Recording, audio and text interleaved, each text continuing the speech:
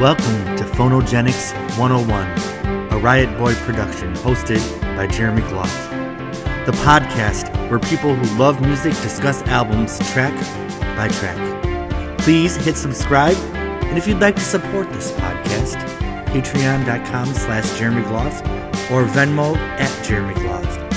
And now, on to the music.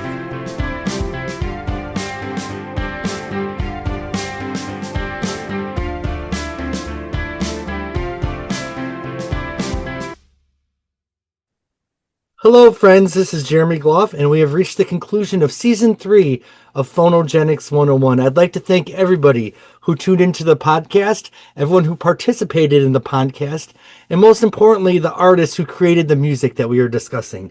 Thanks to everyone who subscribed to my Patreon, to the YouTube channel, and just everyone's support and involvement in this project. It's really been a pleasure. We're going to end Season 3 with a very special episode. Part 2 of my discussion with Brenda Bennett, discussing her second solo disc once again. Brenda is a legend. She worked with Prince, Ken Lyon and Tombstone. She's released 2 amazing solo albums. This is not one to miss, so dig in and enjoy. Brenda Bennett, once again, Part 2.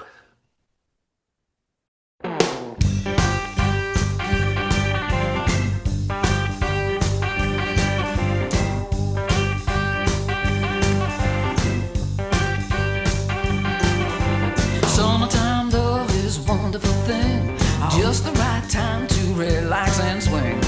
Your favorite pastime by your side. You can't go wrong with the summertime love. We'll take the top down, put on some shades. We'll hit the road at the break of day. No one to call us, gonna keep it that way. Just me and the road and my summertime love. All right. So the next one, Summertime Love. So I heard this song when you did more an acoustic version during the a cappella era, and I know this is a very special song to you. So go ahead and tell the story behind Summertime Love. Summertime Love. You heard it live when you came up to hear the show. Ed and I were working on it, Ed McGurl. Okay. And we were recreating the instrumentation part of it. This is a song I wrote with my younger brother Brian. When I first came back to the States from having lived in England, he was a really good guitar player, and he was a really good writer. He was very hooky, and always had these great commercial hooks. You know, he would put these great commercial type combinations together, these great hooks and stuff.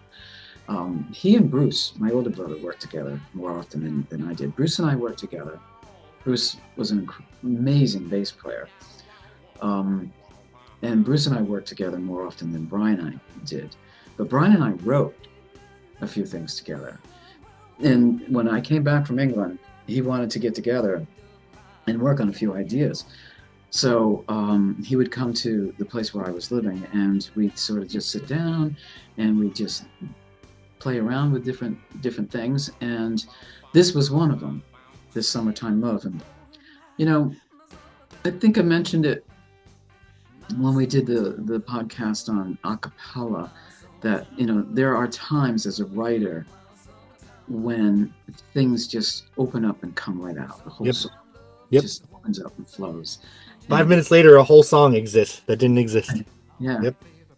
Doesn't happen a lot. It doesn't happen as much as I'd like it to sometimes, but when it does, it's really remarkable sometimes. And this is one of those times where he's playing this, he's got this thing going, you know, and he's got these changes going, and this groove going, and I'm really like, and the thing that came to me was Summertime Love. Summertime love, summertime love. And so I had a Walkman that I used to have with me on the road all the time, because I had a contact mic on it for recording. So a lot of times if I came up with ideas for something, I didn't take a guitar with me on the road. I didn't have she was too old to take the chance of her having to be stuck in getting stolen or getting beat up, you know. So when I had ideas for something, I would sing the melody to something, um, or even just a rhythmic thing, I would do on over on a blank tape. And when Brian and I were working on this, I punched the tape in and turned it on, turned the recording function on, and "Summertime Love" came out. And Brian and I were going to go in the studio with it, and then things started. Life kind of took this turn, took that turn. I became a mom. He was off doing other stuff with other people. It was never when Brian and I worked together. We're brother and sister. We'd get together and we'd do something. Right. It was never really a kind of situation where, you know, let's get this finished product. Let's get this done. Let's get this. It was never that kind of thing. It was just fun to be together and to do stuff. We grew up in that atmosphere of my parents playing all the time, Right. and so then, but I never forgot it. I always had it in the back of my mind, and I had the cassette tape of what we did, and I wanted to. When I was working with Tombstone after all those years later, when I had talked about the show that we had put together in commemoration for Ken Lyon's years, 40 some odd years at that time, in the music business. I was working on new material at the time, and that song kept jumping out at me, saying, Okay. find it, where is it? Where is it? And I couldn't find it anywhere, but I never forgot it. I still had the lyrics and I still had the melody line in my head. Um, and I tried to work on it with a couple of people in Tombstone at that time. And for whatever reason, I don't know, I guess it just wasn't time to do it. It didn't happen. But Ed McGurl and I sat down and I said, I really would like to do something with this. It was like a really nice little boogie woogie kind of type thing, Mhm. you know?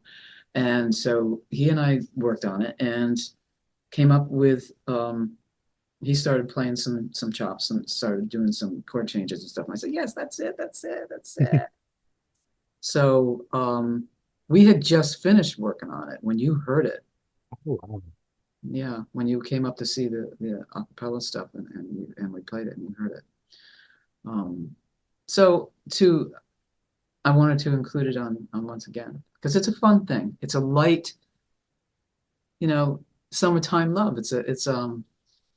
I remember growing up, and how everybody, couldn't wait for the summer, the Right. freedom of just to go and have fun, be at the beach, be, going off and doing this, the top down on so and so's convertible, and listening to the radio and just, having great times. And I wanted to include that in this project. And on this song, you had some different musicians than the rest of the album, correct? Yes, I do actually. I don't know if you're familiar with a band from this area. They're very well known actually throughout the states. Room for the Blues. I don't know if are you familiar? Yeah. Yeah, I have heard of them. Oh, you have? Okay. Hmm. Um, I'm sure they've played Tampa before because they tour a lot, don't they? yeah, they Yeah. do. And they're a pretty good sized band. Have a pretty full size horn section, drums, bass, guitars. Chris Vachon is the front man of that band now and has been for quite a while. Um, and he has a side situation. He has a side band that he plays with. It's called Little Shaky and the Tremors. And they were going to be doing an album. He has a studio not far from here, and they were going to go and they were doing an album. And he said, I'm going to turn my phone off. Excuse me. What a, how rude. Okay.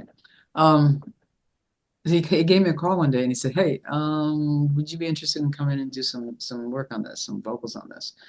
And I said, "I'd be happy to." Sure. So I went in and I think I did some stuff on three or four of the songs on that album. And he was funny because we were sitting in the control room, and we're at the desk, and he said, and we're listening to some stuff, and he looked at me and he says, "Thanks, it sounds great." And how many millions of dollars do I have to pay for this? And I just laughed and I said, how about some studio time? Yeah. Oh, you want to do a trade? And I said, yeah. He said, all right. So when it came time to do this song, Little Shaking and the Tremors, the type of song that Summertime Love is, that's what Little Shaking and the Tremors Right. are about. That's the genre of music that particular project is. So when I wanted to do the Summertime Love for this album, I said, and I called him up. I said, okay, it's time. I'm calling in. I'm calling this shot in now. And he said, okay. So they're the backup band on this one. We did all the tracks at his studio, and then we forwarded them on to George, and he made it so that it blended with the rest of the album. Yeah. So we were working on it in his studio, Galilee Productions. Cool. Well, and that was also the second video you did from the album, correct? Yeah, I've only done two videos for this album, and I really would like to do. That's my second thing that I like to do is making videos. Yeah. I like creating them. I like doing all the work that goes into it. I enjoy that, the creative process of it. And that was I wanted to stay with that fun theme of it. My friend Elaine Sawicki, she's always been a big fan of mine and a big supporter, and she's a very dear close friend. And I said, would you like to do this? Would you like to get involved in this, see how it works, and be a part of it? And she got really nervous at first, but then she said, yeah, sure, I'm game. Let's do it. Aw. Yeah. So she is with me at some point in that video. And I'm driving around the island in her car, actually, top down. And we're playing checkers at one point. I've got my guitars, in the back seat, which were actually in that video were my Summertime Love was the guitars. Oh. There's an old Dove Gibson acoustic back there. My old Martin is back there, and certainly Gertrude, I think, is in there. And it was a fabulous day. And we went out driving around the Beavertail area and some other parts of the island that was so pretty. And then where else? We were at by the shoreline, where I'm sitting in the sand dune. Oh yeah. Having a drink, with the sunglasses on, boombox over here. And then there's that one scene where Elaine and I are playing this oversized checkers kind of thing on a table. It was fun. It was a great day. We had a ball that day. In fact, as a matter of fact, both the videos, the only two videos that I've done for that album, for One Moment in Time and that song, Summertime Love, we did them both the same day. Oh really? I didn't know they did them the same day. Yeah, that was a long day. I bet. But it was a good day. Yeah. And I think we got really good footage. I think that both of them came out really well. Yeah, they definitely did justice to the songs. One of my favorite parts of Summertime Love is the scat singing, because you all kind of almost sound like the same voice, and sometimes I had to listen to hear who's who, and that's cool. I love it. Ed Wright, the bass player for Little Shaky, he's great at that. Okay. It's he and I doing that. Yeah.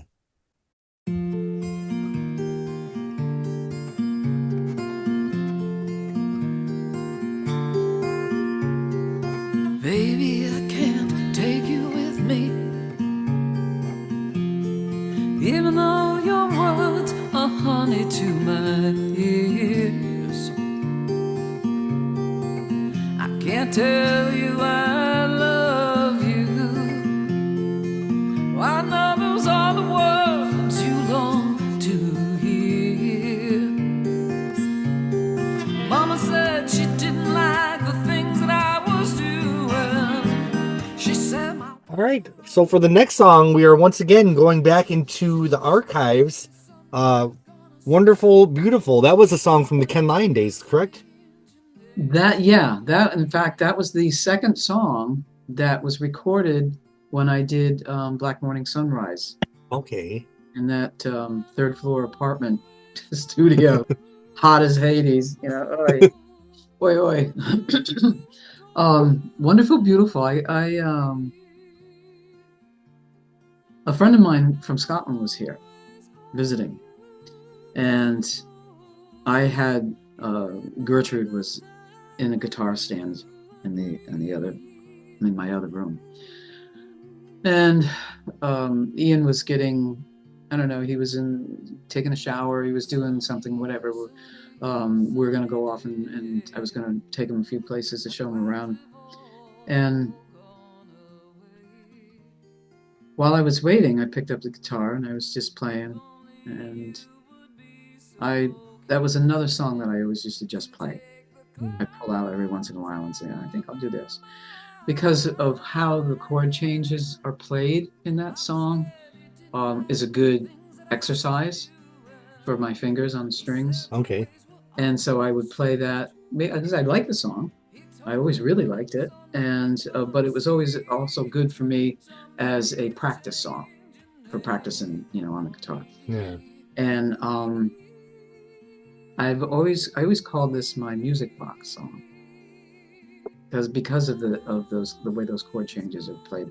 Dee dee ba ba da da ba da da dee da da da da. It's almost like winding up a music box and hearing that kind of thing. Yeah. Um, and it's a little bit of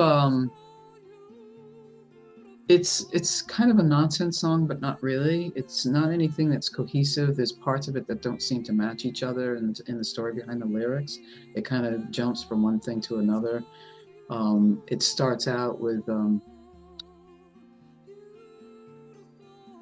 I'm talking, having one of them is start out as a conversation to somebody who it was a very close friend who was very much in love with me at the time, and I knew it, but it wasn't a reciprocal kind of situation. Okay. I really cared for him. I was very fond of him. Really cared for him, and we were very very good friends. But that was all it was going to be for me. Right. Um, so starts out kind of like a little message to him saying, I know you want to hear these words. You want to hear me say how much I love you. When I do love you, but it's not the way you want me Right. to say it. Um, and it went from that to at that time in my life when I wrote that song, my dad was my father was nervous about me. When is she gonna settle down? What are you doing? When are you going to get married? When are you gonna have a child? When is my grandson? When is my grandchild gonna show up? I mean, my mother always taught me, don't get married right away. Right. Do something with your life. If you want to go to school, go to school. If you want to do this, but like don't get married right away and let yourself get tied down into the whole, marriage cycle and, having a family and all this sort of business because you'll never be able to get back to, excuse me, what you wanted to do. Um, she got married young. My parents were, geez, my mother was 12 and my father was 15 when they met. Okay. Um, they fell in love, like how do you fall in love at 12 and 15? But it happened, and they fell in love, and they became engaged to be married when she was 16. Okay. And my father was in the service. He had joined the Navy. When he got out of the service, they got married. My mother was 18, and they were together till my father passed away. Well, My father passed away. He was young. He was only 53 when he passed away. But they were married. They stayed together all that time. And she had always wanted to. I didn't realize until after I had been having a career in music that that's something that she had always wanted. I never. oh, Yeah, I never knew that. She was. She had a little bit of a professional career. She was an accountant. She loved math. Anything math, she could suck it up like honey. Um, but she had always said to me, "Don't get married first. Don't get married young. Do something with your life first." And on the other side of the coin, here's my father, like, saying to me, "When are you going to settle down? When are you going to get married?" He didn't like that I was out there loose and Right. have somebody looking after me or somebody helping to take care of me. Um, my father and I were always so much more closer than my mom and I were, Okay. and I missed him. It's times I miss him terribly, but and so some of the story in the lyrics is my mother and my father. My father saying, they couldn't understand why I lived the kind of life that I was living. They thought Right. I was crazy. It was, which I guess isn't unusual for a lot of parents to their children. But, I was living the life I wanted to live at the time, and it just was just too scattered for them. Right. My mother was saying, you're gonna someday you're gonna get married and change your name like I did. And whereas my father was always wanting me to get married and change my name to my husband. So it kind of went a little bit back and forth between a conversation to this friend of mine who was very much in love with me, and then the message of what was going on with my dad and my mom towards me Right. and what my life was at that time. I didn't see them a lot at that time because I was on the road a lot. But when I was off the road and I'd spend time with my parents, my dad would pull me aside and just say, "Oh, wait, so what's going on? When are you going to get married? Come on, I haven't got forever." And sad but true. He died because he died so young and everything. By the time I did have a child, his grandson, he had been gone for a long time, Mhm. so he never got to meet Dylan. He would What? have had he would have had my son out in a fishing boat in a second. Oh. Yeah, he would have made Dylan play guitar. He would have put that guitar in his hands and said, "Okay." You're gonna play. Yeah, he would have had he. I probably wouldn't have seen very much of my son because my father would have taken him over. But What's interesting, the more I hear about this album, I feel like you're through the songs keeping people alive because I feel like you're honoring your dad with this song, your brother in Summertime Love, Prince in some of the songs. So there's so much to this album. hmm, Um, my favorite thing about this song is it really shows the range of your voice because you're really hitting some high falsetto in parts and then also showing your low range. So this is a hard song to sing, and you obviously own it. that was my mother loved that song too, and how I sang the vocal performance on that song. That's how she was used to hearing me. Really? Yeah, Okay. and that is how she liked to hear me. She really liked the Something's on Fire. She liked that work that I did with Dee. Right. She didn't like all the stuff that I did. She certainly wasn't behind the stuff I was doing with Vanity and Apollonia 6. But Did you play your mom if a girl answers don't hang up? no, Okay. she heard it because she had the album. Oh, she had the album. Mom, But that wasn't me. That was a different Brenda. no, I mean, she just, be one of those, that's it. That's all I had to get. And I knew. Yeah. Um, but the vocal performance, the way I sang, the way I did Wonderful Beautiful, that was how she was used to hearing me. Because I started playing guitar when I was about 12 and started Okay. writing little songs, at the same time. And so the songs that I was learning how to play of other artists, that's how I sang at the time. Okay. And that's what she was used to, and that's what she liked. And I called it my little voice. Okay. It wasn't until after I'd been working with Tombstone that I got the big, booming kind of rock, Right. soul, blues, whatever voice that came out of this little body of mine. Um, and so getting back to my friend from Scotland, I was in the other room And I was playing that as a warm up and just to kind of, throw it out there into my space. And unbeknownst to me, he was outside my door Oh. listening. And when I finished playing it, the door was ajar. No, it was a door, not a jar. Um, Wah, wah. I couldn't. Um, I love it. he poked his head around the corner and he looked at me and said, "That's going to be on the album, isn't it?" And I said, "No, I hadn't planned on it." And he said, "You've got to put that on the album." I said, "Really?"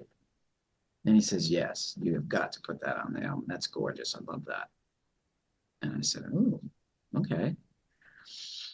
So I played it for George in the studio, and he was, he was in the control room, and he's working with bringing this up and bringing that up and getting this track ready and doing this and whatever. And okay, what are we going to do today and all this business. And so I didn't say anything at first. He's just kind of watching me through the glass and listening to me. And I had Gertrude out. And so, as you know, like I said, as a practice thing, get my fingers warmed up and get moving, I started playing that song. Just I wasn't singing with it or anything. I just started playing the changes. And he punches into the microphone. He goes, "Okay, well, so what's that are you doing?" And kind of thing, And I said, "Well, I don't know. I'm thinking about this." And he said, "Well, let me hear it." So I Mm. played it, sang it, and he said, "Okay, you ready to do that?" And I said, "You want to do this one?" And he said, "Yeah, oh yeah." And even up to the point of before we started doing the final mixings, I still wasn't sure whether or not I was going to keep that to put it on this album. Really? Yeah. Um, and so, and I had mentioned it to him this one particular day, and he said, "Don't be a fool." He says, "That's got to be on the album. Yeah. You've got to put that on the album." And I said, "Okay." So they landed on the album, and I have to admit and agree that I'm glad that it's there. Oh, I am too. Um, there's a lot of people who there are a number of like colleagues, professional colleagues, that have come back at me to say, "Where did that come from?" And at first I'm kind of like, "Why?" And they just said, "That is so gorgeous. I had no idea that you even had, did that kind of a vocal performance before," because Yeah. they'd never heard it. So you're right in that sense that this is the first time anybody's heard me singing in that way. Well, I have two more questions about this one. Uh, Mm. the original demo, did you say it had a violin on it, right? The original Yes, recording you did? yes. That actually, when I did it in that third floor apartment that summer, there was a girl who came in with a violin, and she was hot. I mean, she was practically passing out. That poor girl, Oh, but shit. she put a violin on that song. Yeah. And the final thing I got to ask, and I know you're gonna hate this one. You have this tape. It has Black Morning Sunrise and Wonderful Beautiful. Did you record anything else that day? No. Okay, so those two Oh, songs are. at 102 Yeah, degrees. you're like, we got to get out of here. Yeah. I just and I was hungry. We had been working away, and Right. I just I had to get out of that inferno, and we were pretty much done. We had taken it as far as we could take it with Yeah. that they had, and I didn't even get the reel to reel of it until about 2 weeks later. He finally came by and dropped it off to me, and it was really it was like, oh, I want to hear this more. I want to hear this. I heard it before I left that day, Right. like 3 or 4 or 5 times.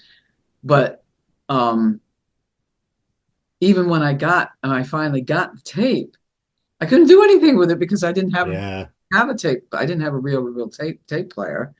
And as a matter of fact, my brother Brian had it in his possession, keeping it safe for me for quite a long time because I started really moving around a lot, Right. being on the road a lot at that time. I was really a gypsy. I didn't have, I don't even know. The only thing I ever had for furniture was a chair, a mattress, and a bunch of fruit crates that I had books and albums in, and a record player. I didn't have a stereo system. I had a player to play some of these albums on because I was always backpacking. It, I was off on the road. It's so cool that those songs were sitting there for 40 years waiting for their time, and then their time came on this album. So And cool. they got to jump out and be a part of the world.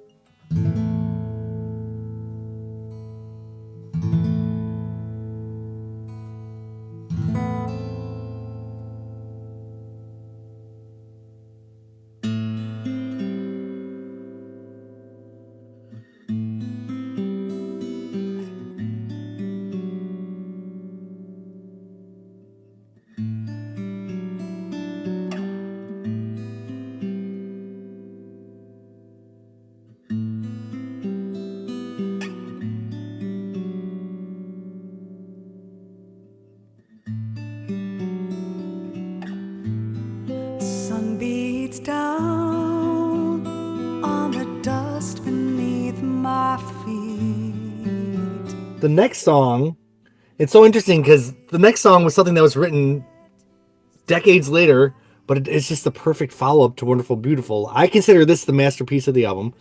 This was a collaboration with your son and Betsy. Yeah. So strange. I'll just say this is probably my favorite song on the album. Real, I'm right there with you on that one, Jeremy. Yeah. This one is, I've had people say to me, "Oh, I love this song and I love that song on this album and this right here," and then they get to that song and they go, "I don't know what the hell you're doing there, but that is really something else." Yeah. And I have to kind of go, "Is that a compliment? I'll take that as a compliment." Yeah. But this song and One Moment in Time are my two favorites. I mean, I like everything on this album. I was very happy with how the album came out and the material that we have on here. But those two really stand out the most to me. And the lyrics were actually written when I was on the road with Vanity and Apollonia 6. Really? Mm-hmm. Yeah. I was always writing at that time. In fact, this past year, I went through, I had a box, 8.5 by 11 kind of paper size box of all these little pieces of paper where I would, something would come into my mind. And if I didn't have that Walkman on me, that I could just, record an idea, I was grabbing a little piece of paper here, a little piece of paper there, and just, writing down lines for lyrics. Yeah. And the lyrics to the song were written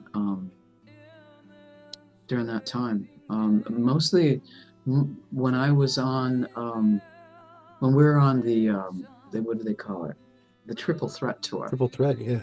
Yeah, when it was Vanity 6, The Time, and Prince. 1999 tour? No. Yeah, that was 1999. Yeah, I gotta ask you. No.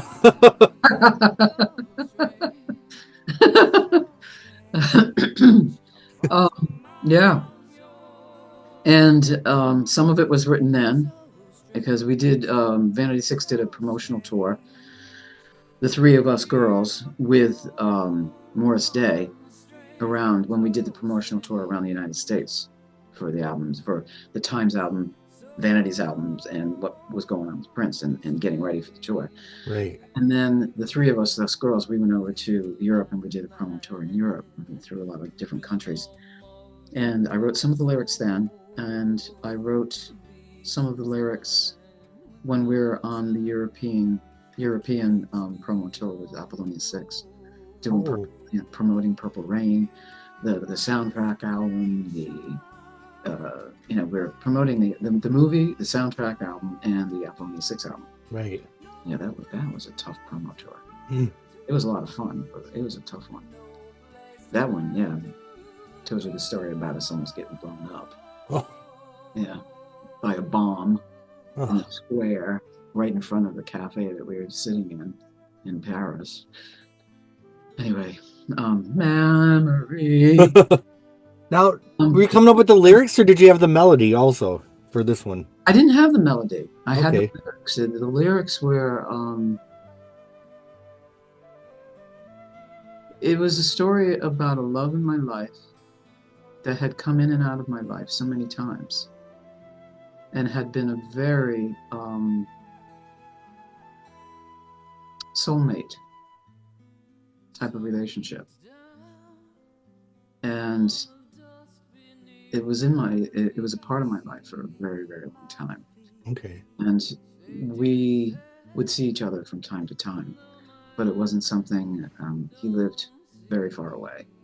We lived very far apart from each other, and we would only see each other maybe a couple of times a year. But it was so, bam, it was so, it was a soulmate kind of relationship.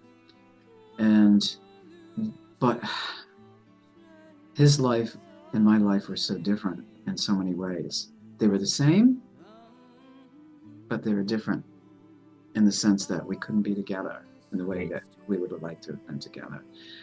And it just turned out that way. It just happened to be that way for us. And that's probably why it comes back, Love With You is so strange. Right. So, but at the same time, so, it's just so strange that, this is kind of how this has to be. But it had to be the way it was. And I still care very much for the person. And I always will. But that soulmate kind of thing has grown into a different plant now. Right. So how did Betsy and Dylan get involved in the song? Well, Betsy, it's something she and I had always talked. Betsy, this is Betsy Listenfeld. Yep. And the one that had done the video project with me for Okay Enough with Charlie Mason's song. Betsy is a dear friend and colleague. She's also been one of the people to back me up whenever I did any live shows around here. She always played my Gertrude parts. She always played my guitar parts and backup, and she'd do backup vocals with me on my material. And we always talked about writing something together sometime. And I was at her place one night, and so we said, well, she brought the guitar out. She's a great guitar player, fabulous rhythm player. And we started working on this. And I had these lyrics, and I still had them in my head. Mm-hmm. And she started playing a couple of things. She was doing a finger picking style kind of thing. And it just evolved, and I think she recorded it on her phone, and she sent it to me, and I couldn't pick up on the rhythm that she was playing, because every time I picked up Gertrude to play the chord changes, I kept coming out with a different rhythm. Okay.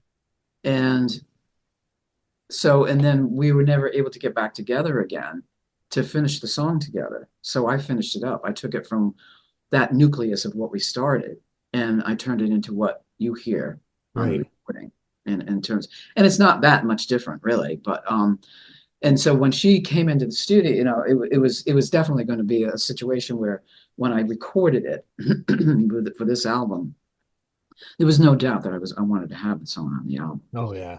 And so when it came to this album, when she came into the studio to do it, she played.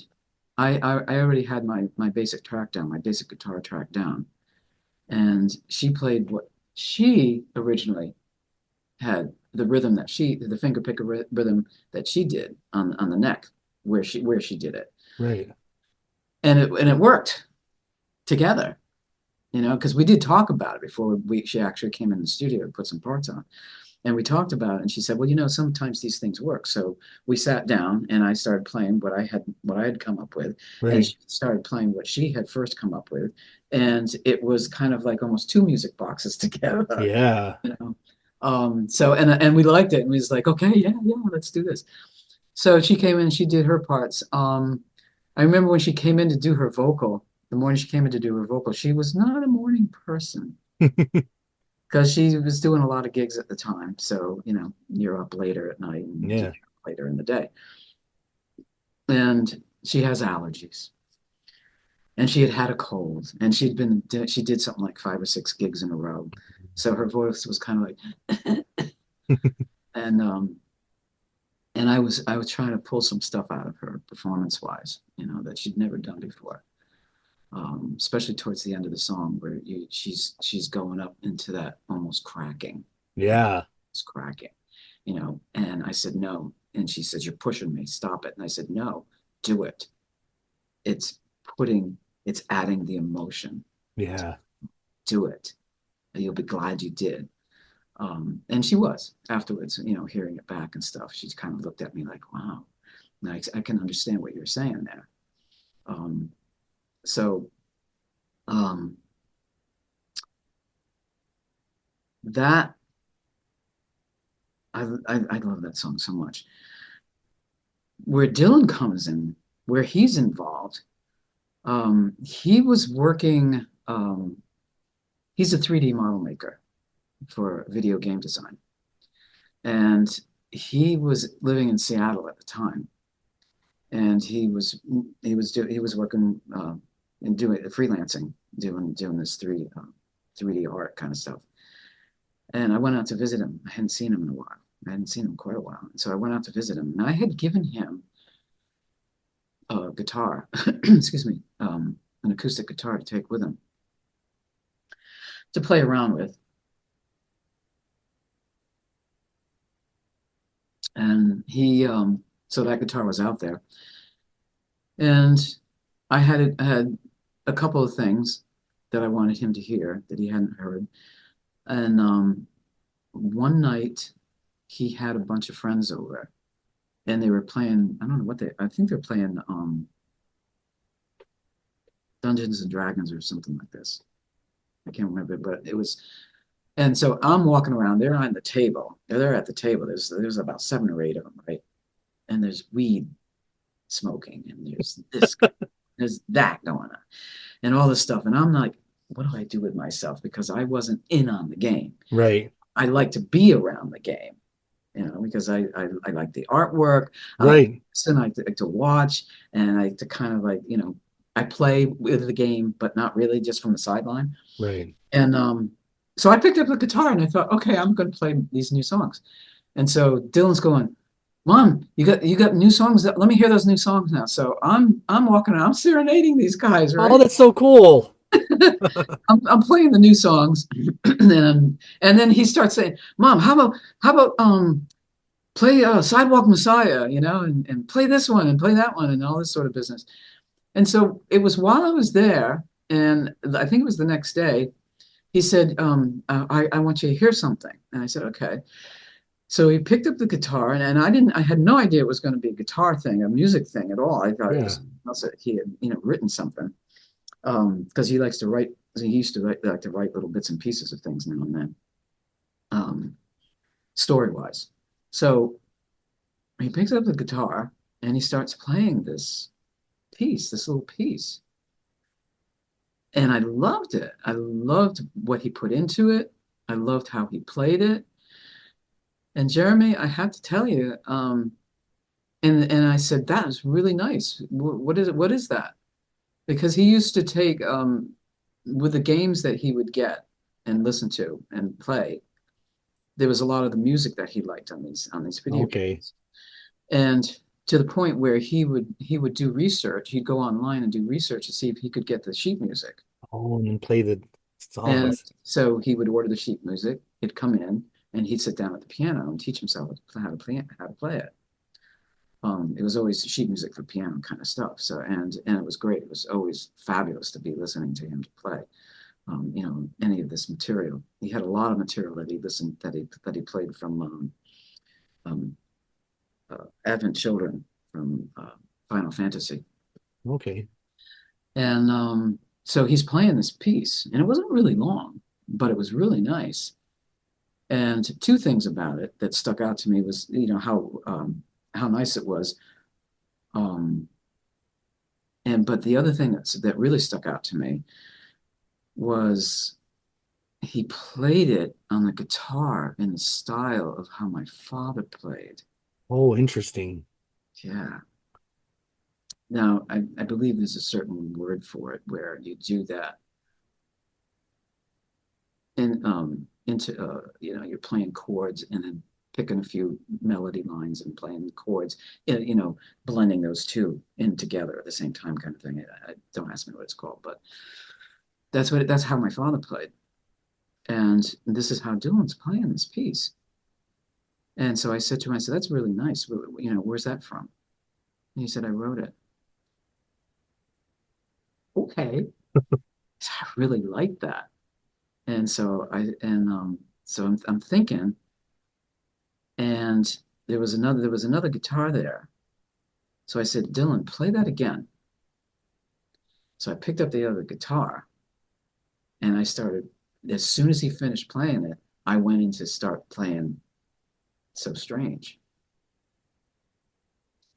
And I said, how would you feel about me using your piece that you've written as an intro to this new song of mine? He said, yeah, sure, if you want to do it. He was just sort of like, okay.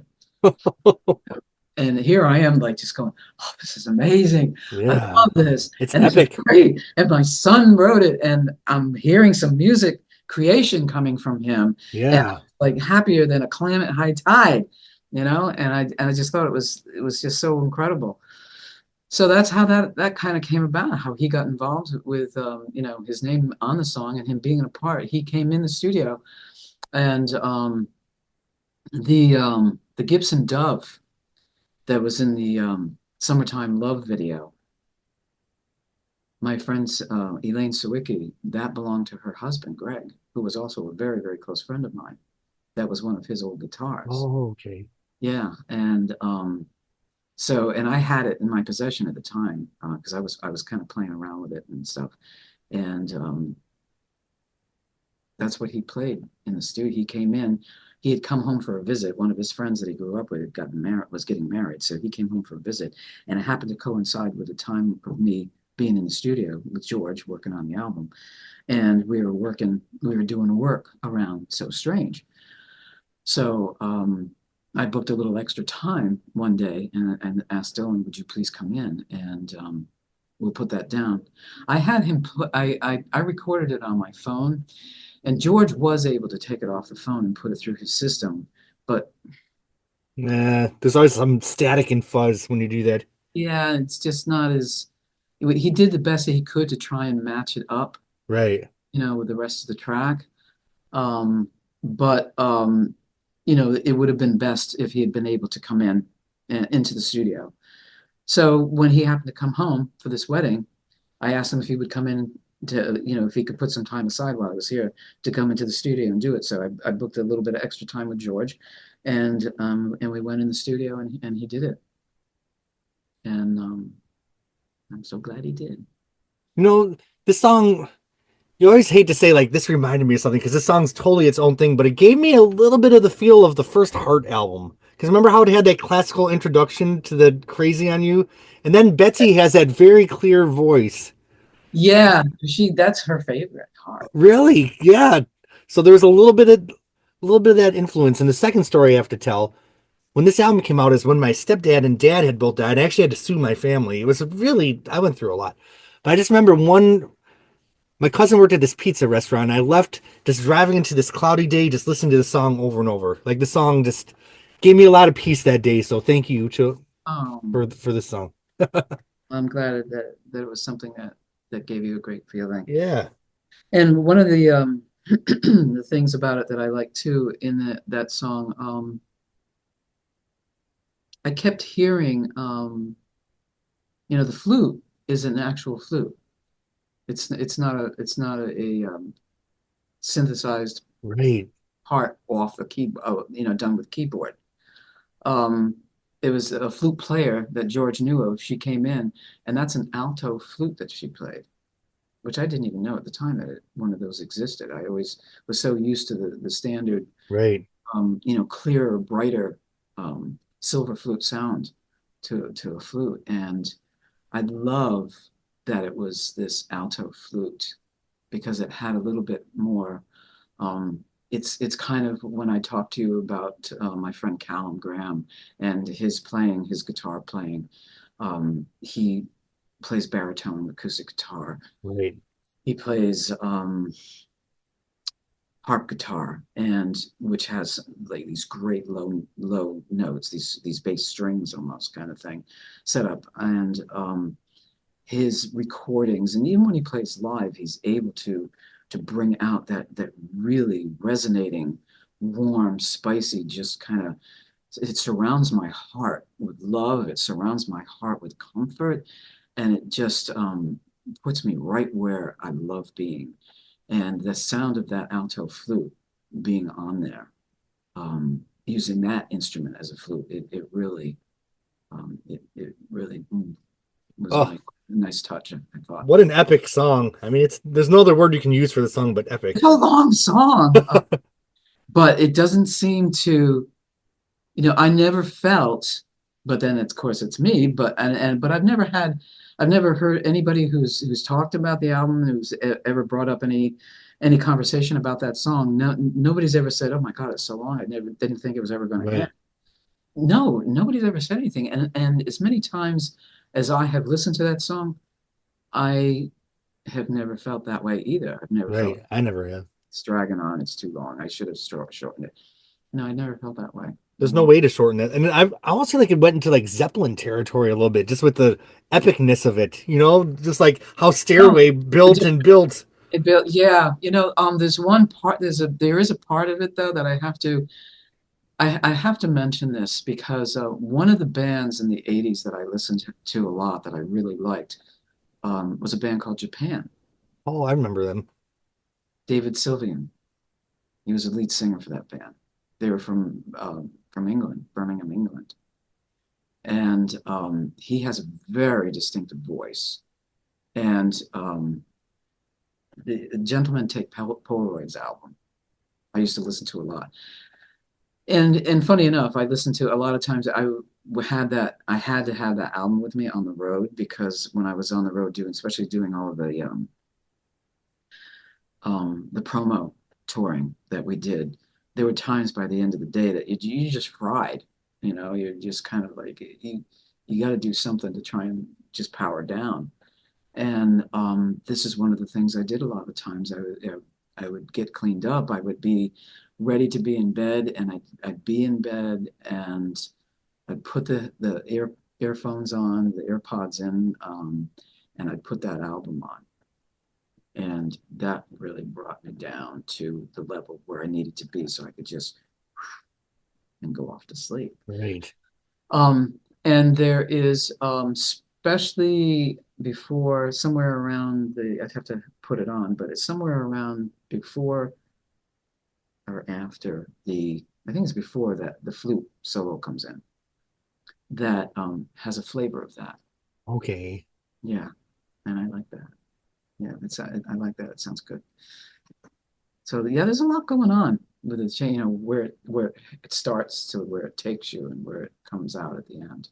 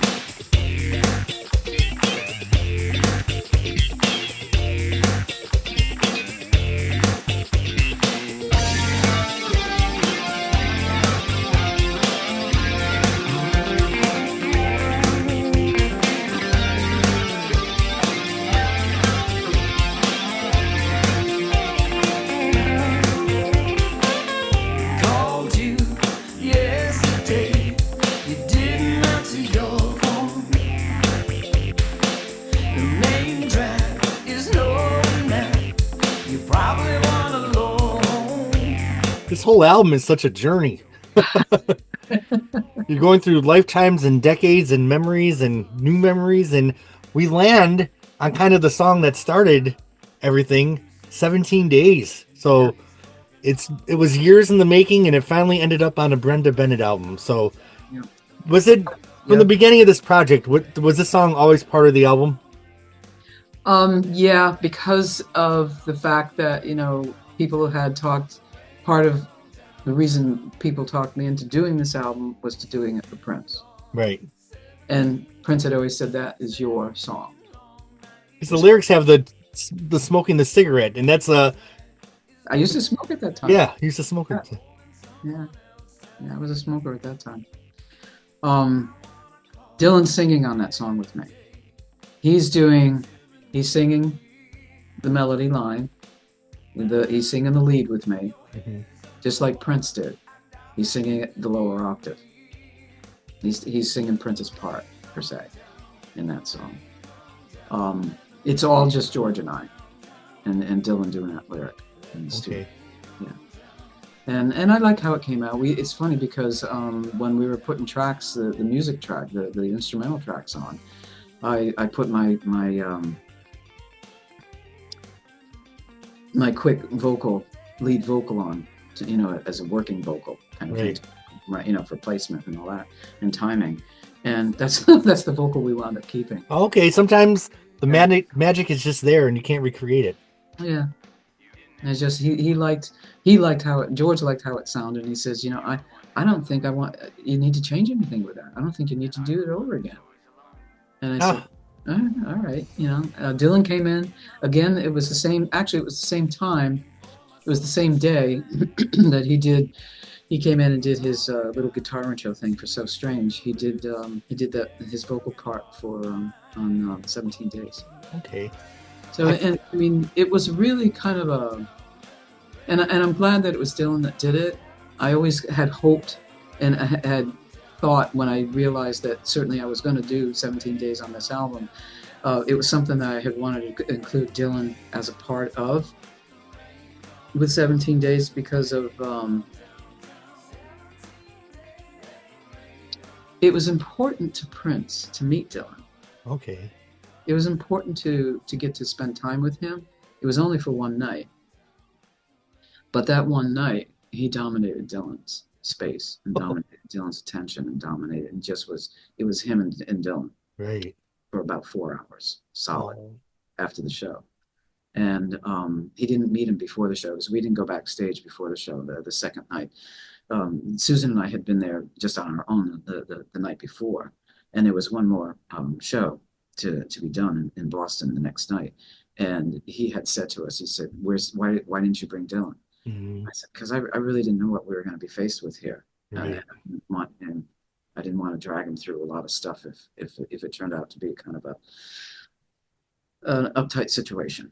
So he said, no. He said, I want to meet him. You've got to come and be here tomorrow. And I said, okay. And he said, I'll take care of it. I'll get you a room. You guys can stay overnight so we can have time together after the show, and I'll send a car for you. And I said, so he did, and that was a fun situation. Dylan was just like, oh, what the heck? He had no idea. I didn't tell him. Susan and I we didn't say anything. Right. Limousine showed up. The driver called me inside the house, and so I said, okay, come on, guys, we gotta go. And Dylan, I had told Dylan that we were getting a ride, that I wasn't driving up there and Susan wasn't driving up there. So, right. So we get, I had to go outside to see, because I wanted to see the look on his face. And I'm outside in the yard, and they come out the door, and Dylan comes out, and he's just like, what? And he's going, Mom, we're gonna ride in that? And I said, yes, we are. He was about 10, 11 years old, I think. Oh. And so we get in there, and it was funny as all get out. We're sitting in the back seat. There's Susan and Dylan in the middle, and then myself. And Dylan's sitting, he's got his legs all stretched out in front of him, and he's sitting there, and he's like this, right? He's going, looking around. He's going, man, I could get used to this. Oh, And Susan and I being, like we're so attuned to each other, both of us at the same time turned and looked at him and said, well, get your education and, make a lot of money and maybe you'll have one of these of your own someday. oh, So he had a ball. We got up there and up to Boston and um, saw the show. He had never really, he had heard a little bits and pieces of Prince's music, but he didn't really, this was like, full fledged kind of all out and out Prince night music, okay. eating him. I mean, it was just, and he took it in stride. Dylan was great. I mean, Susan and I could have jumped off the Newport Bridge for crying out loud. How much we're standing on the sidelines in this one private room that we had in this club that we were at in Boston after the show, and he and Dylan and Prince were playing pool, and Oh, we're just kind of standing over the side watching and listening and talking. And at one point, I heard Prince say, "Hey, do you like music, man? What'd you think of my music?" And Dylan's like, "Oh, I thought it was really pretty good." And so Prince asked him about. They were talking about music in that way, and I'm not quite sure how it came out, but Dylan, uh, he was playing sax at the time. He was playing oh, alto sax at the time with a school band, and so that came out. And Prince says to him, "Has your mother been playing you any Charlie Parker?" And he looked at me when he said it, and I went oh, like this. And he went, "What?" And I said, he listens to a lot of different things. right.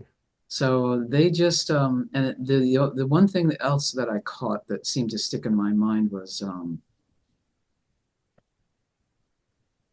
Dylan asked Prince, "So is this what it was like for my mom? Is this what it was? Oh, Was this what my mom's life was like when she was working with you? And this is the kind of time that she had, and this is what she did and what you did." And Prince just got this whole soft look on his face, and just looked at me and looked at Dylan and said, "Yeah, yeah, we had quite a time. hmm. A lot of stuff. We did a lot of stuff." And like I said, it was a good solid 4 hours. He down and Dylan. This is like, I don't think we got to the hotel till like almost 5 o'clock in the morning. But Dylan hung in there like a trooper. Wow. We got to the hotel and he just crashed out on the bed, and Susan and I crashed out, and it was quite a night. And Dylan still remembers it. So him singing on that version of the song really just has a lot of significance. And Yeah, he, and I because of it, I wanted him, that little memory piece, that little connection, that little Prince piece, and the fact that Prince gave me that song to do anytime I wanted to, right. and that this album was partially in memory of him. Yeah. A good portion of it was in memory of him. I dedicate it to him in the back. Yeah. And do you mind reading the dedication? No, not at all. You can put my other eyes on. Yeah. Excuse me. Because I thought it was so nice what you wrote. Ah. Once in a lifetime, there comes along that special someone that can change your life forever.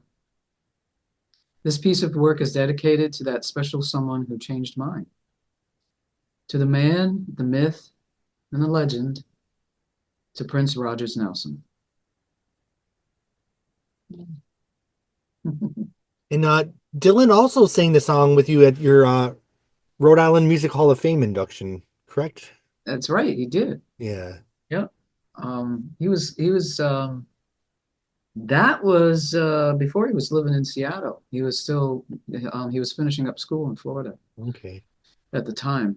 And when I got the call that I was going to be inducted, and so many around that period of time, there was a lot of things going on within my psyche that this is probably the wind down for me musically, you know. Okay. They wanted me to perform, and I was kind of like, holy cow, what am I going to do? I didn't have a working band. You know, I certainly knew enough musicians in the area that I could put a band together, and that's what I wound up doing. And I Right. had enough time, fortunately, to do it. Um, and they still kind of laugh. And you know, the people that backed me, Mike LaBelle, the drummer. I remember him saying he and my brother Bruce worked together a lot. Bruce was my bass player for that band. Um, and I remember I remember Mike saying, "Jesus Christ, I never worked so hard for a gig in my life. You know, I never worked so hard in such a short amount of time for 20 minutes worth of time Right. in my life, you know." But he never forgot it. And there was talk. They all started talking, saying, "Hey, you know, like Brenda, why don't you take this on the road? You know, this is so good. This is, you know, it was very well received." Yeah. We all had a ball. Mark Tabor was playing piano. Oh, I love Mark Tabor's piano playing. My man, Mark, he was playing piano. Mike was on drums. Um, Bruce was playing bass. Betsy played my parts, my guitar parts, and sang background vocals.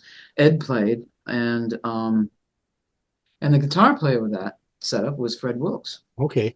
And it was fabulous. It was a great setup. We rehearsed for that show, the material. We rehearsed all my songs here in the living room of my house. Oh, wow. And we had a ball. And everybody got along. Everybody had a great time. We worked well together, and we were all excited doing this gig. And they all wanted to. I started getting a few things coming in. They wanted me to. I got a couple of offers to go to Nashville and play there, and I did not do it. Mm, mm, Everybody had obligations too. yeah. It's So, but hard. yeah, it was a good thought. It was a good consideration. You know, and it was so at the induction, when I did the live stuff, it was so well received. And I asked Dylan to come up to be a part of it. It, and I hadn't asked him when I first asked him to come up and be a part of it. I didn't think of him doing the song with me. Right. We had already planned to do the song. But as it turned out that he was going to be able to come up, when he was on the plane on the way up here, I started going, I think I'm going to get him to do this. Oh, cool. I see if I can get him. I didn't know if he was going to be comfortable being on stage to do it or not, you know. But so he got in. He came in. The induction was on a Sunday. He came in on Saturday. He came in. He was home here for 2 or 3 hours, and then he was off going to visit with his friends somewhere. He didn't show up at home until about 3:30 in the morning. Oh, no. And we had to be at this hall where the inductions were going to be. We had to be there at like 9 o'clock in the morning Oh, goodness. because there was other people being inducted that day, not just me, and other people that were going to be performing. It was a pretty long day. We didn't have sound check until 11 o'clock in the morning, and then we didn't go on. I wasn't inducted until 3:30 in the afternoon. Oh, it's a long day. Exhausting. Um, but and so Dylan, I didn't realize because I had gone to bed. I didn't realize he'd come home at like 3:30 in the morning. And he slept on the plane when he came up here. And he and I only went over the song, just him and I, like 2 or 3 times. And he says, "Okay, I got it." I said, "Okay, you okay with this? You're gonna do it?" And he said, "Yep, I'm gonna do it." And I said, "Okay." There's a couple of spots when you see that live version of us doing it where he's kind of la, la, he's, you know, like, oops, what am I doing? But Right. he really he jumped in. He was a trooper. He'd never been that's his first time on stage to perform like that. Oh, he did a great job. Yeah, he did a fantastic job. Yeah. And I feel the version you guys recorded for once again honored the original, the Prince version, but still, you know, you made it your own. Well, it was yours, so reclaimed it, however you want to look at it, but it was Well, perfect. there was a part that I took out of it. That part that Oh, right. I took that out and I sped it up just a little bit because I wanted it to have just a little tinge of a rock feel to it as Right. to, the funky thing, but I kept that. I still wanted to keep that slide bass in there. Right. Mhm. I still wanted to have that, and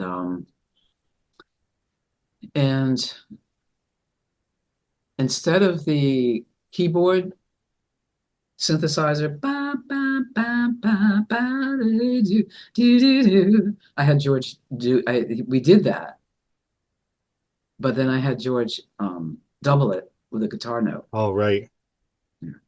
So we kind of changed a few things, but made it my own, and made it cohesive with the rest of the album. Was it emotional to hear it back for the first time? Because here it finally was. Um, it wasn't until George put the rain on there Oh, when the song first opens up yeah. and you hear that rainstorm kind of thing, and then it comes in, and it was in the first time, so that kind of made me choke up a little bit, Yeah. and then I hear Dylan's voice singing with mine. That made me choke up a little bit, and the fact that that it's the last song on the album, and it kind of brings home, this is really why you did this album, Yeah. is because of Prince. So yeah. Sometimes also in my experience when you're working on a project, there's a lot of projects we've done in our lives, but there's some that you just know are special, and you know that this is a special one. And when it wraps up, it's always like a little sad. I feel like that might have been the case with this one for you, because I feel like the whole time you were making it, you knew this was going to be a really special album. You had to. I did feel that. And it's funny that you mentioned that part of it, because one of the things I'm sitting here thinking of is the fact that and you had said a few moments ago how you know it covered such a period of time, Yeah. going from this to this to this to that time to this, what you wrote in this period, and so on and so forth. Um, it couldn't have been any longer than it was. It's 10 songs, but that was it. Yeah. With it ending at 10 songs, it would have been a totally different album if there had been like two or three more songs on there. Right. It It, said everything it needed to say. yes, for this project, for this album, that was it. And I did have at that time a couple of other songs that could be a consideration. But it was done over a 2-year period of time, I think, by the time everything was said and done. And there was a lot of stuff, like I had mentioned earlier, it's not something that you went into the studio every day to work on, Right. because of his schedule and my schedule, and all the other live musicians that came in and did things on this. Was we could only schedule things according to people's schedule. Right. So it took that kind of time, and also, I mean, it couldn't have been any longer. Um, it the 10 songs was just enough, was what it had to be, what it needed. But it also was, I was done. I was done. Yeah. The project, I was done with it. I was happy with it. I was very proud of it. And I was looking forward to, you know, taking the time to just sort of regroup and let this wash for a little while. Yeah. You Did you know, lay down any tracks on the other songs, or did they no, never get? Nope. Okay. no, they never got. They never. And we talked about a couple of things. I talked about, like I had mentioned earlier, with the other material that I'd done with John and Dee Harris. Right. Um, I, but I was done. Um, there was an emotional factor of, the thinking about this project, having done it for Prince, in memory of Prince, and I couldn't go any further. Right. When you're I done, you're just done. Yeah, exactly. Now You there have to. were Well, Oh, you have to know when you're going to walk away, yeah. when it's time to stop. It's 7:30. He said that he'd be here by 6. It's looking dirty. I guess he's up to his old tricks. Ah, he likes them pretty, and he likes them in their lingerie. Ah, it's such a pity. I bought a camisole today. Yeah. 7:30 and there's still no sign of my baby's blue limousine.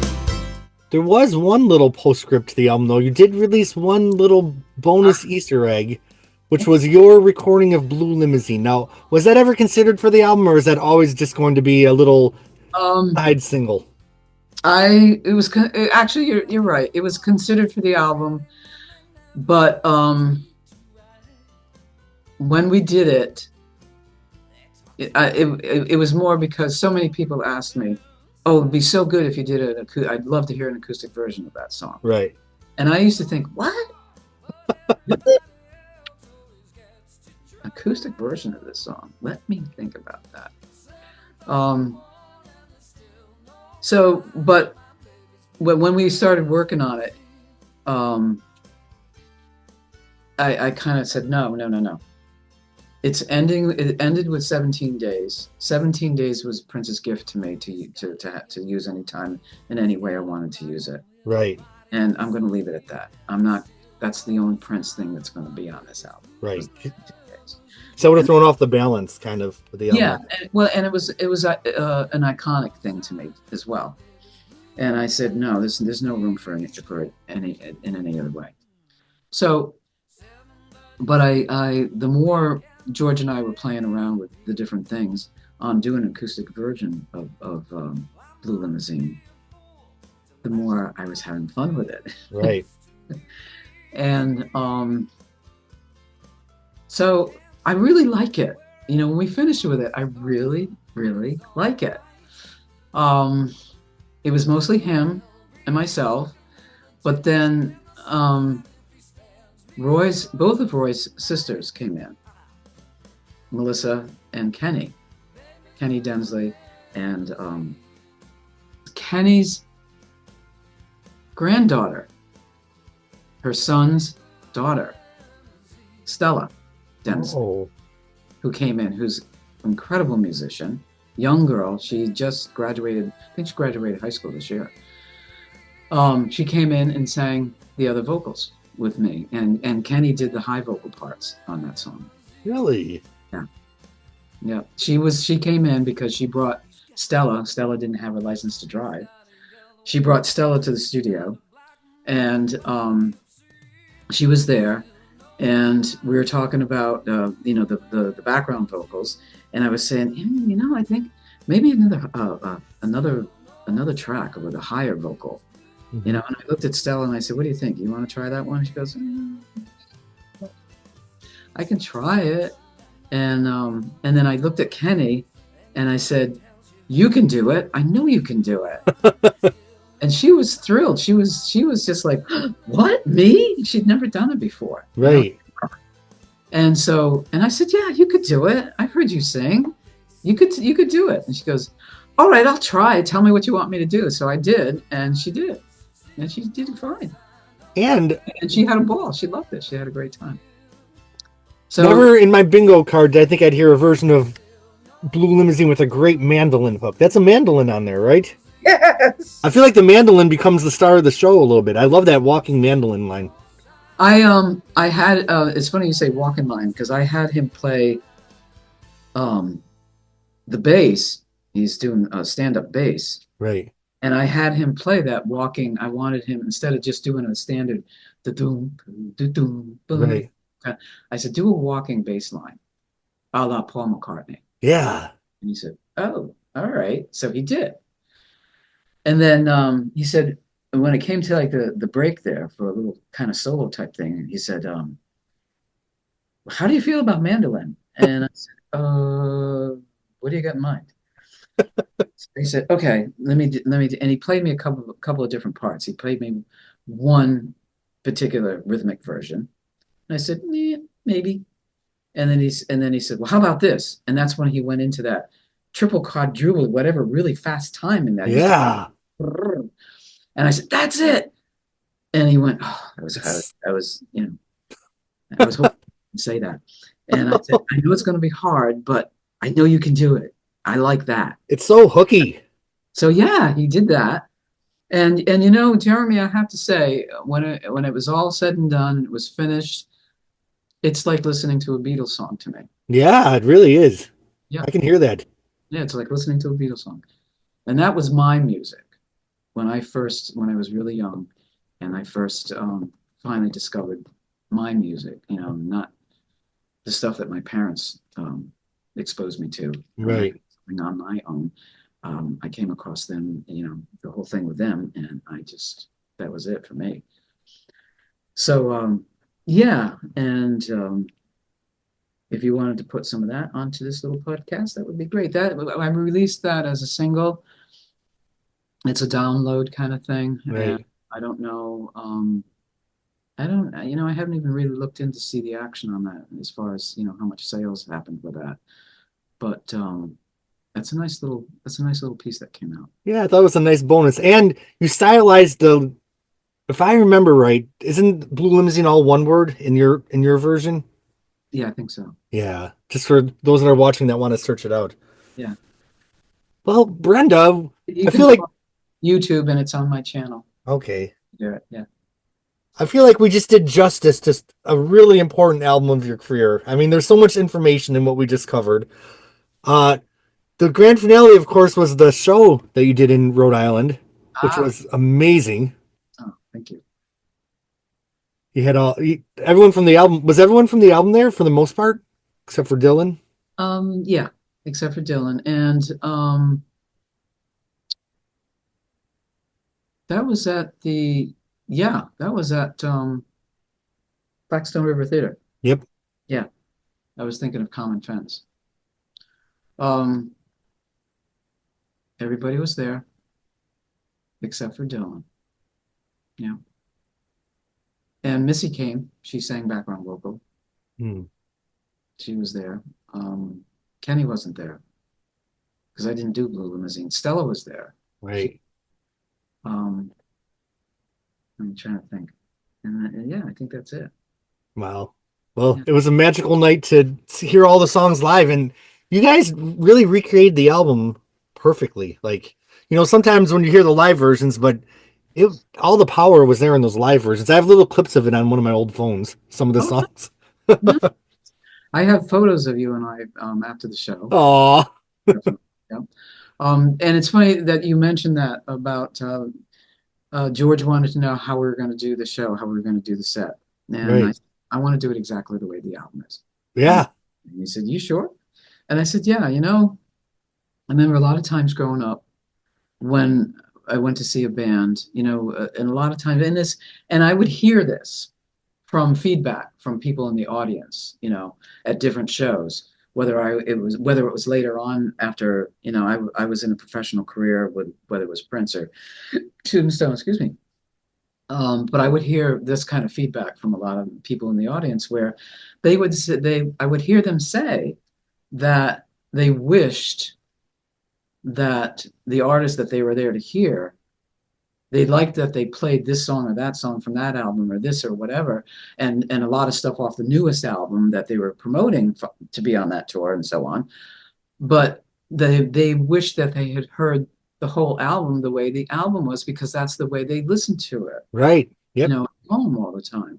So that's how I wanted to do this. It was only the 10 songs. I was going to do every single one of those songs. Yeah. And so we did the rehearsals of it that way.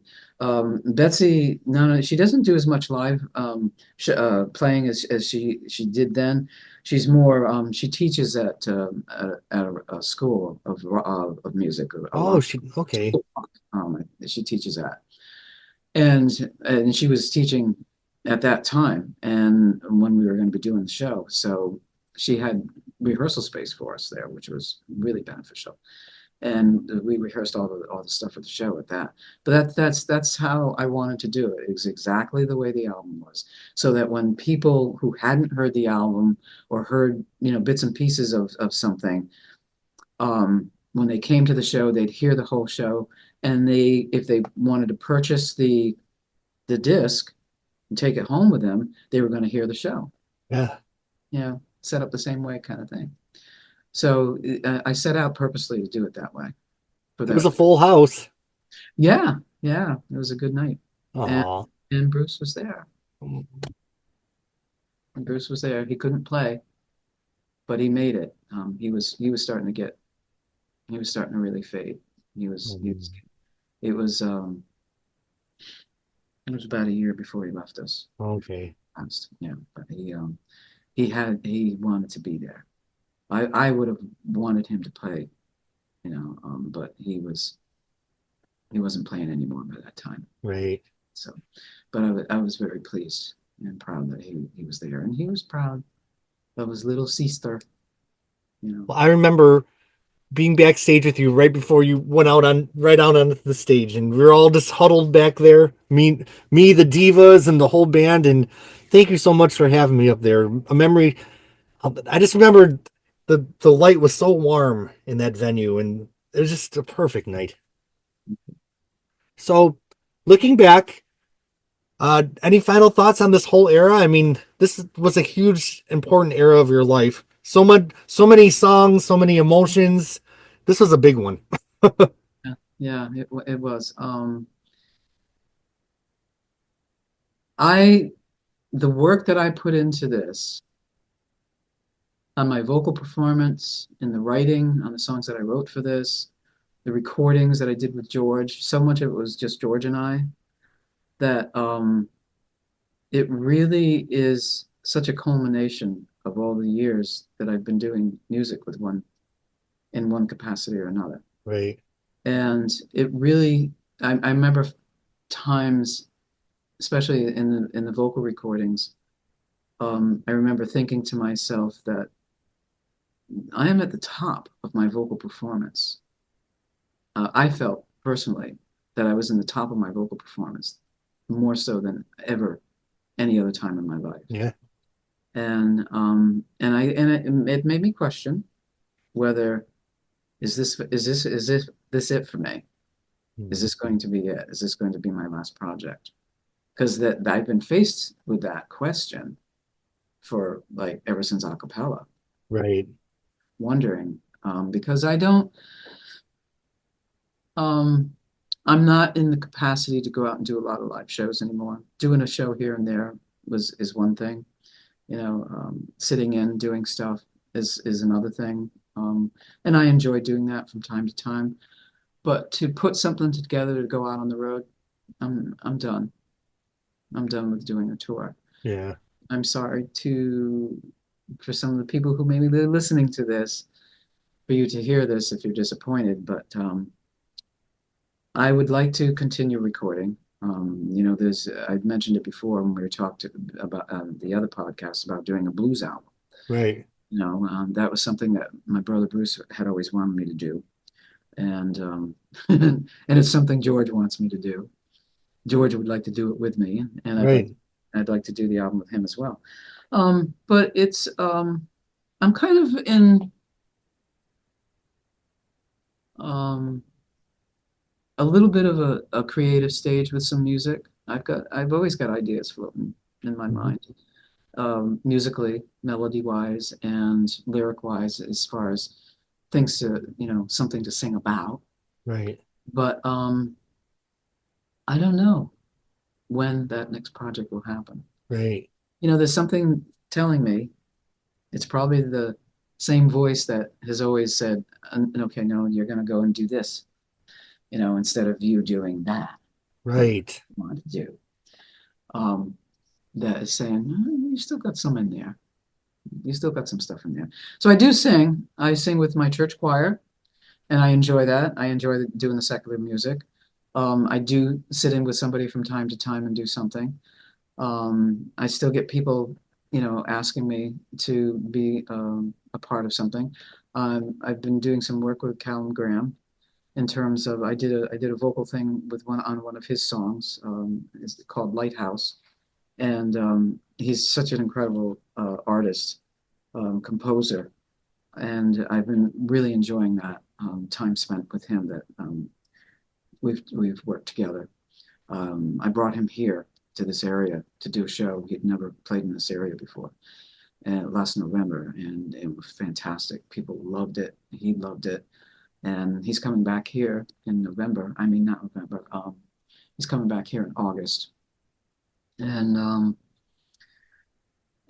I can't ever. I'll never ever be totally away from music. Right. How much I participate and how much I create, we'll see as time goes on. Well, I just feel like even, this album came out 2018. I feel like in 2025, I can't believe 7 years have gone by already. I mean, we I went through know. COVID and all that, but the world's even smaller and more connected. So I just feel like all the Brenda fans out there, start saving your money and get those tickets, because some artists just stay, in their local area and people have to go to them. So if, Yeah. if we all had to come to Rhode Island once every few years for the Brenda Bennett show, that's not everyone has to tour anymore. I like being based in Tampa and people coming to see me. So, well, Brenda, it's been such a pleasure covering your two albums, and I don't hope, I look forward to what's in the future. Oh, thank you.